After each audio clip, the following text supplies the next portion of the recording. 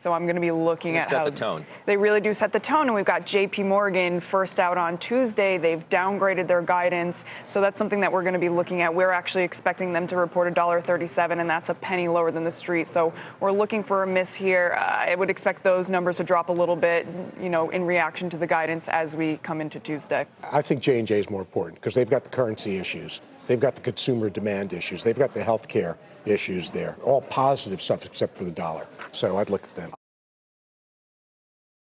It's largely priced in. We have to understand that we have to look valuations a little differently in the context of such low rates. And so while we had a very disappointing first quarter, it's a wash. In a lot of ways, it's been written off. Now we need to look to the second quarter. And what do you think the second quarter is going to look like? The second quarter is very likely to look better than the first.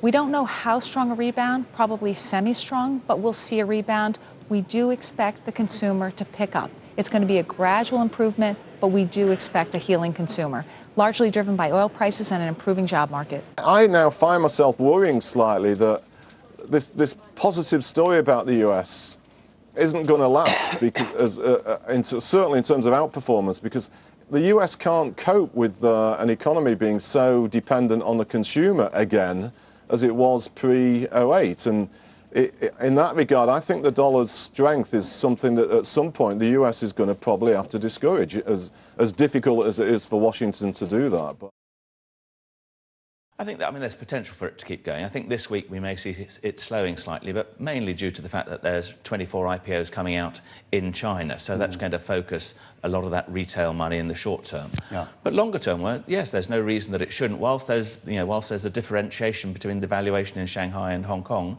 then you're likely to see that. I think when we think about China and we think about Chinese equities, I think we have to put on a slightly different set of glasses for this asset class. This is a space and an asset class and a market that's driven by retail flows.